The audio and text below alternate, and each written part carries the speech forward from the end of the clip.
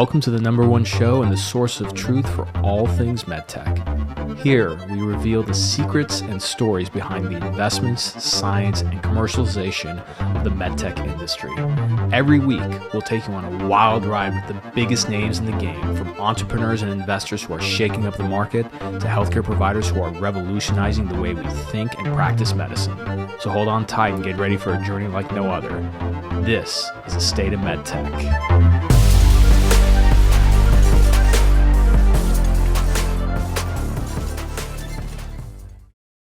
What's going on, everybody? Welcome back to the show. And this week we have another great episode, specifically solo pod on Persuasion. A big shout out to our Red Hat gang and all the people who are following the Instagram handle called All Hail Medical Sales. If you're not following it already, you should definitely follow it. It's probably the place where I think I post more in real time there just because of Instagram stories. And so I do a lot of polls and everything. So I did a poll this week. About 1,346 of you voted. And 72%, 73% of you asked to cover persuasion and sales tactics. So I'm going to cover persuasion, sales tactics. There's a framework I want to share with you guys. Again, persuasion is a very vast and broad topic.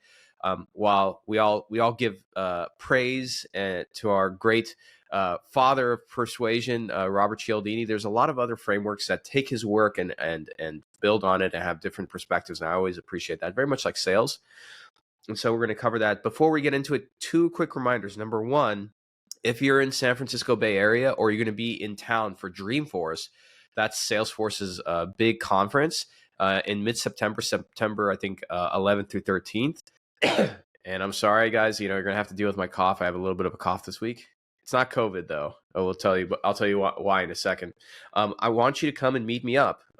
The partner of mine, who's one of the main sponsors of the show, Clary, who's an amazing software company that essentially has AI that integrates with Salesforce, automates your entries. So data entry is automated going in, and then they use AI to extract and understand your sales pipeline and provide you predictable revenue. All right, it's a really amazing tool. So we're going to be doing an event together. It's going to be me, Kyle Coleman, their SVP of marketing, who's a legend in the SaaS field, and the one, the only Daniel Hawkins, founder of Shockwave Medical, founder of Avail Med Systems, intuitive employee number 6. I mean, the guy is like highly decorated. He's going to be on stage with me. The topic we're covering is the digital sales maturity model, right? And that's going to be happening on September 13th, which is a Wednesday at 11:30 a.m. at the NASDAQ Entrepreneurial Center. This is a free event. Sign up, come meet me up in person. It's going to be a lot of fun. There's going to be a lot of really cool people there, both on the MedTech side and the SaaS side. You can just check the show notes below and click that link just to enter your email that you RSVP for free. You don't have to be attending Dreamforce. This is a free event, so I'll be there. And the second one is, again, if you're listening to this episode, I've decided to make my Medical Sales Network Effects program open to more people. More specifically, I always want a certain caliber person getting into my program to learn how to sell at a higher level.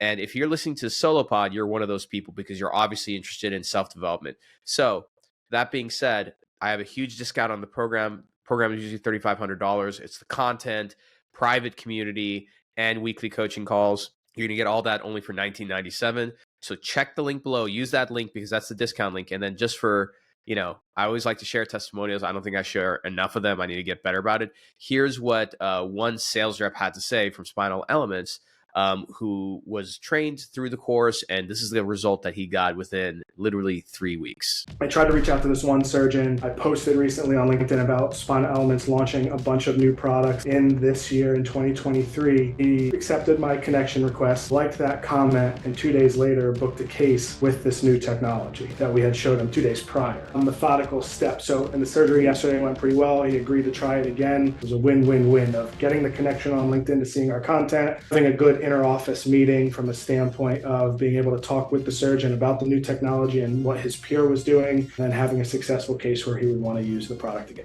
There you have it. I have plenty of other testimonies like that. So go ahead, join the program. If you have a team and you're interested in team training, just hit me up, let me know, and we'll take real good care of you guys. So, okay, let's get into it. So first of all, just to explain why I might have this little cough, just for a side note, for anybody who's doing the ketogenic diet, I've done it many, many times.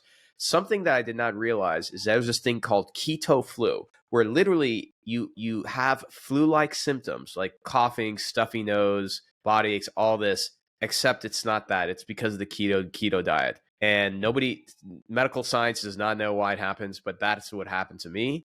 So I was doing keto for the last like 8-9 days. I've officially ended it today because I was like, man, this sucks. So I might do keto again soon. But anyways, today's topic, persuasion. So the framework I'm going to walk you guys through, we're going to go through some laws of persuasion, which are going to be foundational.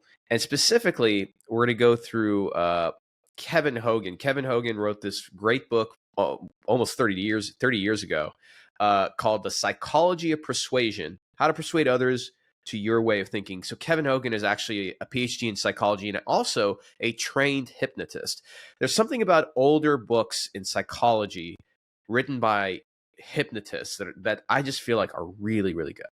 So that being said, Kevin actually updated his laws of persuasion on his website.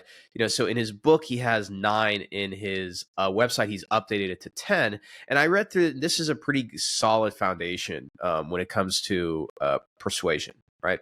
And so I'm going to walk you guys through that, and I'm going to go through some examples. Now, here's the thing, I think the most important thing about persuasion, right? When it comes to persuasion, it's very important that you use it ethically. And by ethically, I mean that you do it to help somebody do something that they'd be happy otherwise doing, right? So this is why I think using persuasion in that way is not manipulative. So for example, I use persuasion when it comes to getting people into my course, right? Or working with me. And the reason why is because I generally know how it's going to help them. And everybody who at least goes through it is really happy with the results. The moment that changes, I'm not going to be persuading people into my course, but that's not going to happen because, well, I put a lot of hard work into it. When you pay attention to the customer problem and you adapt the product to fit their needs, you always win. So my course has been adapted over time. So that being said, let's go through a couple of things. First of all, one thing I want you to keep in mind is opinion is ultimately determined by feelings, not intellect. Okay, this really advanced brain of ours, it's still designed to function in a primitive world. And so while we might think that we have the prefrontal cortex, which is the executive brain, while we think that objectivity still exists, even when you deal with a physician or a politician or anything, it's every decision we make is pretty much emotionally driven. Okay. And even Abraham Lincoln said it best, where he said, if you could win a man to your cause, first convince him that you are his sincere friend. Right. And so that all has to do with persuasion. So in order to really comprehend the process of persuasion, you got to understand some basic concepts, or what I like to call the principles of persuasion. And when you have a strong foundation, these help you apply it in the wild. Again, when it comes to persuasion, you don't know the effects of them. If you take one piece of persuasion and add 2 or 3 variables to it to make it more persuasive, is it additive, multiplicative? Nobody knows. People in each culture develop certain responses to common situations when it involves a persuasion process. And those responses to certain stimuli do make it possible to actually predict behavior and therefore persuade others. That's why persuasion is very important. Rather than mind reading, you ask the right questions and pay attention to the right clues to help you be in the best position to predict behavior. But unfortunately, it is the same responses that make it possible to manipulate or be manipulated by, bad individuals. That's why I'm saying do your best to use this ethically. Okay.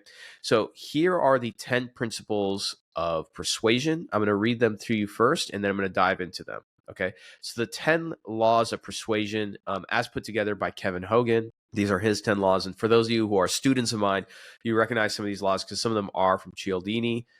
So we have the law of reciprocity, law of time, law of contrast, law of friends, law of expectancy, law of consistency, law of association, law of scarcity, law of conformity, and law of power. Okay.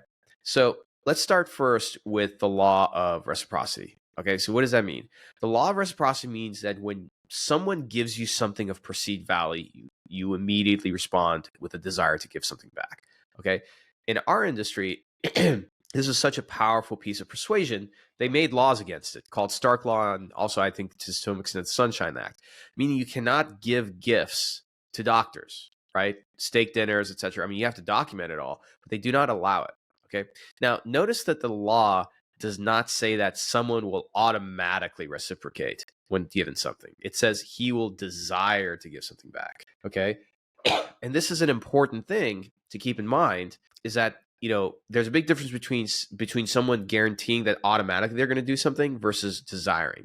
Okay. So for example, if you think about it, each Christmas, millions and millions of people buy gifts and cards for people they probably would never buy for, except that the other person will be giving them something and they don't want to look bad or feel bad, right? So from early childhood, we were all taught to give something back when something is given to us, generally something of equal value. So how often have you been given a gift, like a Christmas gift, that was more expensive than what you spent on the other person and felt obligated to buy something else to make up the difference to that person, right? This is a powerful example of the law of reciprocity, okay?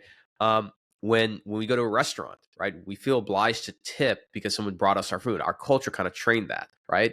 And so the reason why I mention this is that when it comes to medicine, I think that if you do a good job dealing with a physician, right, you can make this law of reciprocity work for you. So for example, if you go and spend the time reading a physician's clinical paper and posting about it, let's say on LinkedIn, and highlighting what you liked about the paper and everything, that physician is going to feel the desire to reciprocate, usually to comment and engage with you. Maybe you might even be able to get a meeting out of it, which I've often done. Like I've posted and engaged with the physician's content, made them feel some love. And then I said, hey, I would really like to talk to you about my product. And I always say this to kind of take off the pressure. I'd say, it could be that you may not be a fit for our product. It could be that you may not like it, but I would love just for the opportunity to meet you, present the product. And if anything, getting your advice would be really helpful. That's a powerful piece of persuasion, by the way. Side note is asking for help, but then also asking for advice, because physicians just by nature love to teach. Okay. Now let's get to the next one. Law of time. Okay. People will behave differently depending on whether their primary time orientation is a present, past, or future. Okay. This is really important to understand because, when you orient somebody based on their position in time, right? It's going to make it very, very important. A lot of times when we talk about a sale, we try and project into the future about what it's like when we use the product, right? That it's going to make things better to everything. The problem with that is that you have a blocker. Okay. And that blocker is usually the present, because in the present there are pains to deal with. This is why I always tell people, when you talk to somebody in your sales intro, ask them, hey, what are some present pains? Like, what are some things that frustrate you? Keep in mind, this is the word frustrate. The reason why is that you want it to be emotional. So even with a doctor, avoid the temptation to make this all like very objective, high level clinical discussion. Get down to brass tacks and see like the emotional side of it. Okay. The other side of it is that depending on how well you get to know the doctor, ask him like, hey, 10, 15, 20 years from now, like what are you interested, in your practice looking like? Are you interested in becoming a KOL? Do you want to just, keep focusing on your clinical practice? Like, so asking them about the future is helpful. And then between the combination of the present and the future, that gives you a lot of persuasion, a lot of ideas of what to deal with. Now, in terms of the past, you can fill in those gaps. One is just by looking at their research, looking what they post about. You can kind of get an idea of their past, but also, asking questions such as, oh, let's say it's capital equipment. Hey, doctor, when was the last time in the past that you were really into adopting a certain product? Like, when did you last get a piece of technology in your hospital? Why did you do that and everything? So getting these pieces is super, super important, and it gives you a really good idea. All right. Let's move forward. Law number 3, the law of contrast. So when two things, okay, either people or places that are relatively different from each other are placed near together in time, space, or thought, they appear to be more different from each other. This is a very, very important thing. And salespeople, what they'll often do, they often use this principle of contrast because it's very, very effective. So perfect example, if we look at real estate, okay? A real estate agent is going to tell you something like, hey, before we look at this $120,000 home, we should look at the $90,000 home. So here's the thing. If the two homes are in a similar neighborhood, the more expensive home will have more features the salesperson can use as sort of like hot buttons. And this is why they always use it as the last home.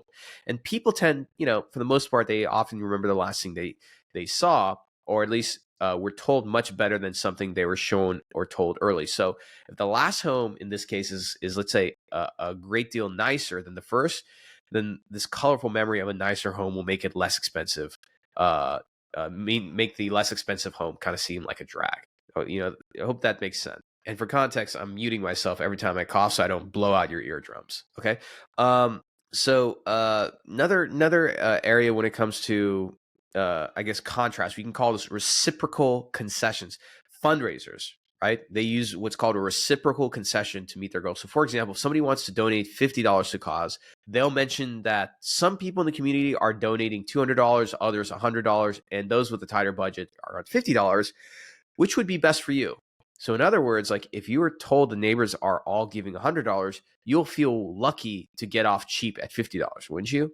Right? Versus, and again, a lot of times this is, this law of contrast is also dealing with the cognitive bias of anchoring, right? This is why it's important, especially when you're selling something new. You have to anchor it to something else. So imagine gas prices, right? So when you look at regular gas, if that was just the only gas you saw, like you don't know how to judge it. But when you see like the regular, the super premium, the premium, then you can judge that, right? And you feel like you're getting a deal with the premium. Okay, so that is the law of contrast. The next one, and this is I think one of the ones that that Kevin Hogan had added, or no, this is still part of his original list, is the law of friends. Okay, the law of friends says that when someone asks you to do something and you perceive the person as someone who has your best interests in mind, or you like them to have your best interest in mind, you're strongly motivated to fulfill the request. People will do almost anything that is asked them by a friend. And clearly, the key here is like you have to be perceived as a friend if you are to be successful in the persuasion process. And the ability to get people to bond with you instantly will be discussed, of course, like in a later laws here. But an example of like some law of friends here. So one example of it is for me when I was selling, I would engage with a physician maybe 2 or 3 months before I knew that I have to persuade them.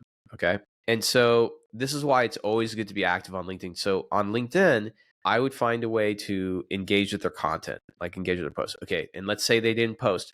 I would find a way to find a post relevant to their clinical interest and tag them and say, oh, Dr. So-and-so, great post. I would love to hear from Dr. Smith, who's actually a really great clinician on this one area. Okay. To take it even further, let's say they're not, for whatever crazy reason, they're not even on LinkedIn, which happens. It's rare, but it does happen. Then you can find ways to get clinical papers, develop an email chain and connection with a physician through emails, right? Just show up in their inbox, introduce yourself, and then send them a paper out of it. Be like, hey, doctor, I came across this paper. I think you'd be interested. Just want to share. Maybe even summarize it in a video sales letter. Some of you will say, oh, I don't want to do that.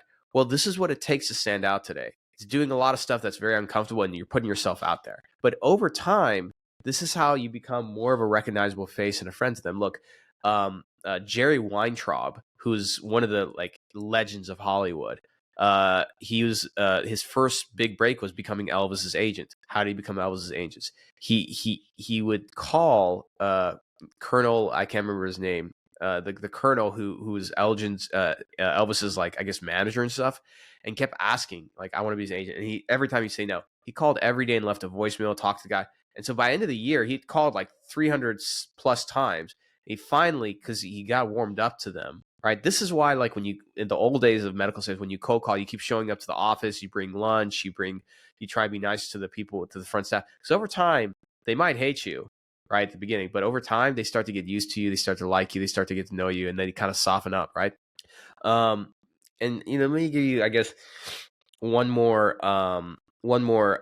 example, and this is still like within the law of friends, but it's an interesting one. So master persuaders try to maintain an excellent physical appearance. Okay, people want to be, and here's the reason why. And again, a lot like look at Stryker. Like Stryker.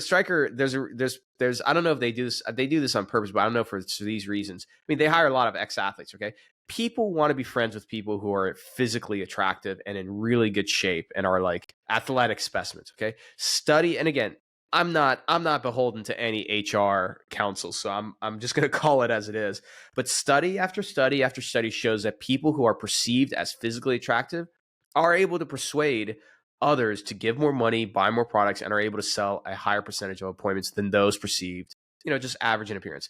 In addition, we look at good-looking people and subconsciously believe that somehow they're more talented, kinder, more intelligent, even more honest Okay. And finally, people who are perceived as being attractive are more likely to get, believe it or not, lighter jail sentences, get hired, get paid more. And therefore, the better you let yourself look physically, the more people will associate with you, like you, and want to be your friend.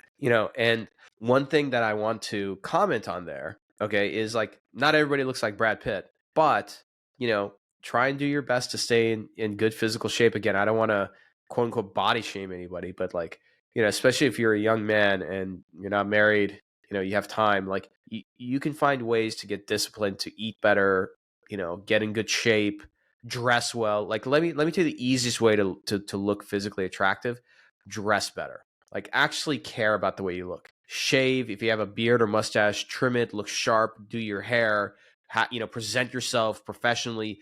Too many times, like, let me give you a great example. Too many times I see reps in the hospital, doesn't matter whether they're overweight or in good shape, and they get scrubs that are way too big for them, and they look like schlubs. Their scrubs. When you put that scrub uniform on, you gotta make that look like a military uniform. Tuck it in. Make sure it fits you nicely. It doesn't need to be tight or snug, but it at least has to make you fit well, right? I think, the only exception here, this is my personal opinion, I think female reps can wear like larger scrubs and, they're not going to look like slobs. Like, for some reason it works for them. But if you're a guy, for some reason, maybe this is my perception, but at least for me and I've asked a few doctors about this, and they're like, yeah, that is kind of true. Guys, for some reason, when you wear larger scrubs that don't fit you, you kind of look like a slob. I have no idea why. Okay, that's my just personal opinion. All right, let's move forward. All right, law number 4, law of expectancy. So the law of expectancy says that when someone you respect or believe in expects you to perform a task or produce a certain result, you will tend to fulfill their expectation, whether positive or negative. Okay. So let's start with like an example. In early January of 1991, okay, Israeli citizens were issued gas masks so that, if there was a chemical attack, it wouldn't kill them, right? When certain missiles were fired by neighboring like Arab countries, a lot of Israeli citizens checked themselves into hospitals. They're complaining of symptoms that they were told they would, feel after a chemical attack. Interestingly enough, no chemical weapons were actually used, right? The law of expectancy is really powerful because you're expecting something, right? And this is where I think Robert Cialdini's work, which was published in the last 10 years, called Persuasion, comes into mind, which is, what do you do ahead of the point of persuasion to persuade, to kind of lubricate the mind, right? One other example of the law of expectancy, this is one of my favorite ones, is there was this famous study done where in a wine store, they, if I tell you go buy me a bottle of wine, what are you going to get? From what country or what state? You got Oregon, you got California, you got Italy, you got France, you got Spain, you got South Africa. You know what's not high up on the list? Red wine from Germany, right? It's not high up on the list. And so this wine store started to play German music, okay? And interestingly enough, their sales of German wine shot up something like 40 or 50%. Sorry for the noise, by the way. I need to move this wastebasket. I keep hitting it with my foot. 40 or 50% increase in sales. Actually, now that I think about it, I think it was like 66%. Insane, right? That's the power when it comes to the law of expectancy. Okay. All right. We're halfway through. So next one is law of consistency. Okay. Law of consistency. Okay.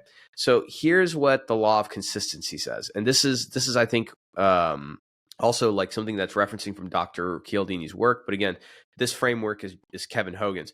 Law of consistency says that when an individual announces in writing or verbally that they're going to take a position on any issue or point of view, they're going to strongly tend to defend that belief, regardless of its accuracy, even in the face of overwhelming evidence to the contrary. I think a great example of this is what you see with politicians. But I want to come up with a different one. But like, for example, as it relates to the medical world, if a physician, there's a lot of physicians, you probably know of, or surgeons who have this perception of being like super innovative, on the cutting edge, right? And so those people have this commitment and consistency bias where they want to stick to that image, right? And so that's one way to think about the consistency bias. Okay.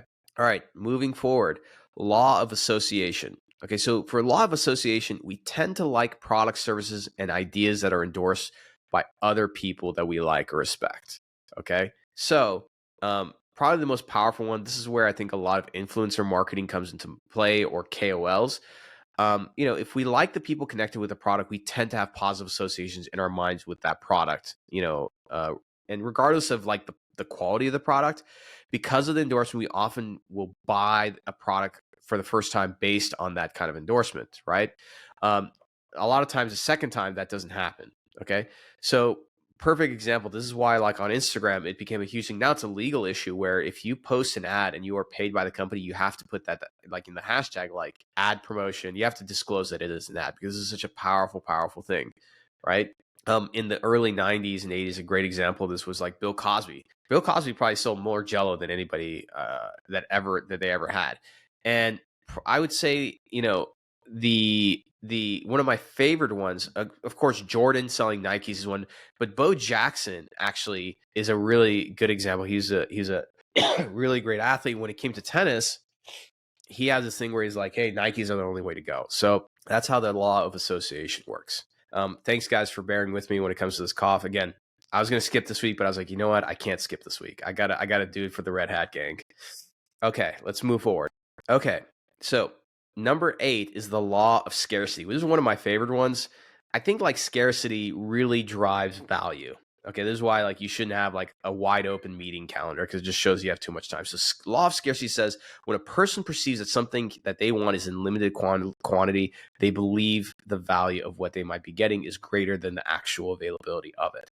So how does this apply to medical sales? Well, here's a great example. And I used to argue with reps early in my days when I was a marketing manager about this, until they understood. When I would do a surgical lab, I would tell all the reps, this surgical lab has only 5 spots. And a lot of them would say, only 5 spots? Like, dude, like, but you're going to have like multiple cadavers there. Like you can take more. I was like, it only has 5 spots. If you get a surgeon, I want you to send me an email and copy that surgeon and ask me about availability, in which case we're going to play little theatrics and then we're going to make it happen. Okay. And so, some of the salespeople were smart. Listen to me. So what would happen is we have this lab, and I know that this lab that we were doing, like it could take more than 5 people. Right. But, we did this out of Celebration, Florida. And so that's a long story, but it's essentially per cadaver, we do like, I think 3 to 5 surgeons. So when we needed some more, right. And let's just put it this way. The salesperson does not know how many surgeons signed up. So a lot of times when a salesperson reached out, I still had like 1 or 2 surgeons only signed up for a lab. They would reach out, and if it was a surgeon they were really struggling to get to a lab, they would copy the surgeon and say, hey, Omar, Dr. So-and-so is still considering whether or not to join the lab, but we just want to get his name in right now. Do you have availability? I would reply back. I'm like, hey, Jack, and Dr. So-and-so, it's so nice to meet you. My sincere apologies. This lab that we have is actually booked out for the next 3 weeks, it gets booked out pretty far in advance. Please keep this between us, but I think I can make some, room for Dr. Smith. But I need to know by the end of the week, because, it is a highly in demand lab. And more often than not, that happens right now. Is that manipulation? I don't think so. Because when you make something more desirable and somebody wants to get it, right, they feel better about achieving that thing, right? And let me give you a great example of this. On Amazon, how many of you gone to go and purchase a product, and Amazon, a $1 trillion company, says, oh, there's only 2 of these left in stock? That's not true. But you were going to buy that thing anyway. That little trigger there pushed you forward to buy the thing that you already wanted to commit to. And so for my thing, when it comes to the lab or a lot of these things, subconsciously, a lot of people have already decided that they want the thing that they're trying to buy or look into and everything, but they haven't been given enough of a reason to. So now with that reason, the surgeon can say, oh, you know what? I was interested in this robotic system. I do want to learn about it. I should do this because, like, if I don't do it now, it's going to be tough later. Like, yeah, that's a good reason. And it makes them feel better about the decision that they made. Okay. And I think a lot of times when it comes to the buying process, sorry, guys, I couldn't mute on that one. When it comes to the buying process, we're just trying to help customers feel better about the decision that they've already made by giving them objectively the things that they need. So emotionally, they've made the decision already. We need to give them the objective reasons to. All right.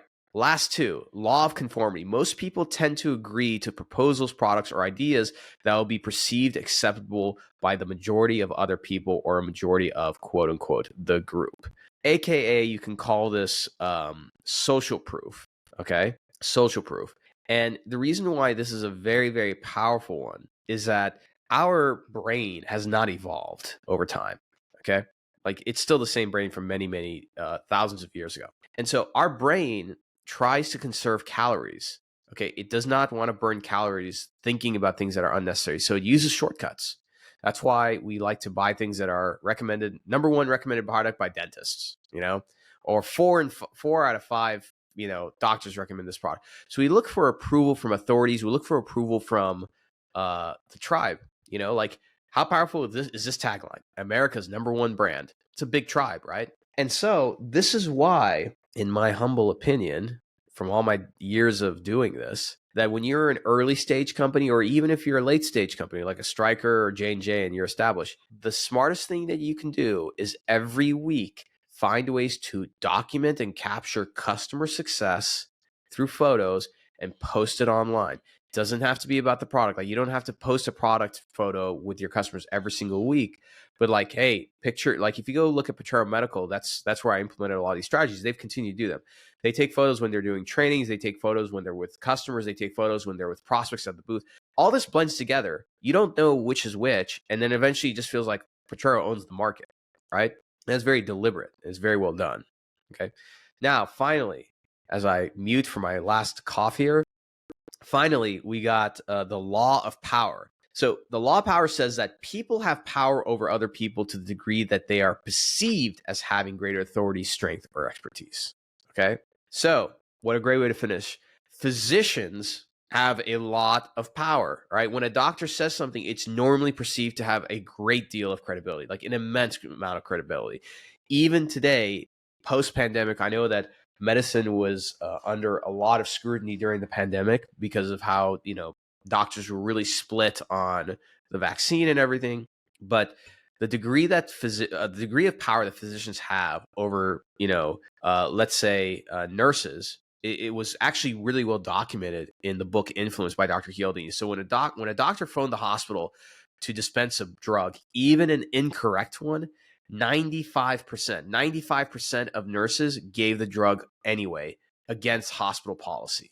Because let me read that again. When a doctor called the hospital to dispense a drug, even if it was an incorrect one, even if it was against hospital policy, 95% of nurses just gave the drug anyway. Another example of power, church leaders, especially televangelists, possess a great deal of power over their congregations and their viewers. The viewers perceive that the televangelists have some kind of crazy connection in high places, and therefore that televangelist can ask almost anything of the viewer and get it. This is why some of them just make an obscene amount of money. Well, there's one televangelist, I don't remember his name. They had like a private plane and everything. Okay, another example of the law of power, and you can look at this as the law of authority. College professors, they have a great deal of power over their students because they determine a student's academic standing, right? Another one, auto mechanics, right? These are things that we deal with in our everyday life. Auto mechanics are perceived as powerful by customers because the car is in the mechanic's hands, and to mechanically ignore, and to somebody who's mechanically ignorant, their word is pretty much gospel. So if he says you need something fixed, you're probably just going to conform and have fixed. Like, and again, think about how confusing it is, right, for the average person, like to deal with I'm a pretty educated person. When I go to the car mechanic and they tell me something like I should fix, and I'm like, I have no idea what it is, and I just kind of a lot of times go along with it. I've gotten much better about it, where you can, if you learn about the principles of persuasion, you can ask questions and you can see if somebody is just BSing you and manipulating you, or if they're being very genuine. A lot of times, one of my tricks is I'll tell somebody, like, hey, if you were in my position, or if I was your son, if I was your brother, what would you tell me to do? And the right people, most of the time, that puts them in a frame where like they don't want to lie, and they usually tell the truth. And again, I think for the most part, when you're dealing with a bad person, you can usually tell. You can tell, and then you can kind of make your decision there, And so when it comes to these like laws of persuasion, they can be used for good or bad. and your individual ethics and values will kind of determine how likely you're going to seek the key result, which Kevin Hogan talks about in his book, which is a win-win situation. Win-win meaning it's going to be a win for the customer you're helping, but it'll be a win for you, right? And I think when it comes to persuasion, that's at least the way I do it. It's really about figuring out the best way to help your customers. And sometimes it means not making a sale. A lot of people might disagree with me on that. But what I would say is that many times when you deal with a customer, and it could be that they're not a good fit for the product, they're perfectly happy with what they use, so on and so forth, et cetera, et cetera, et cetera, right? A lot of times just being understanding of that and respecting that will get you a lot farther, and you can come back and resell them. There have been physicians in the past who said, "Oh, I'm using this product. I'm very happy with it. I'm never going to use it." And I say, "Hey, totally respect that. I'll be in touch just because if you ever need anything, but I'm going to respect that, by the way. But can you make any recommendations? Do you think there's some other physicians that you would recommend I talk to that might be a good fit for the product?" And by, again, developing that friendship, that level of respect, and not trying to hard close, it allows people to kind of, the space to kind of like let it seep in, right? And then when you follow back up, the fact that you respected that, their wishes, respected their preferences and everything, opens the door where they're like, yeah, let me just give it a try, right?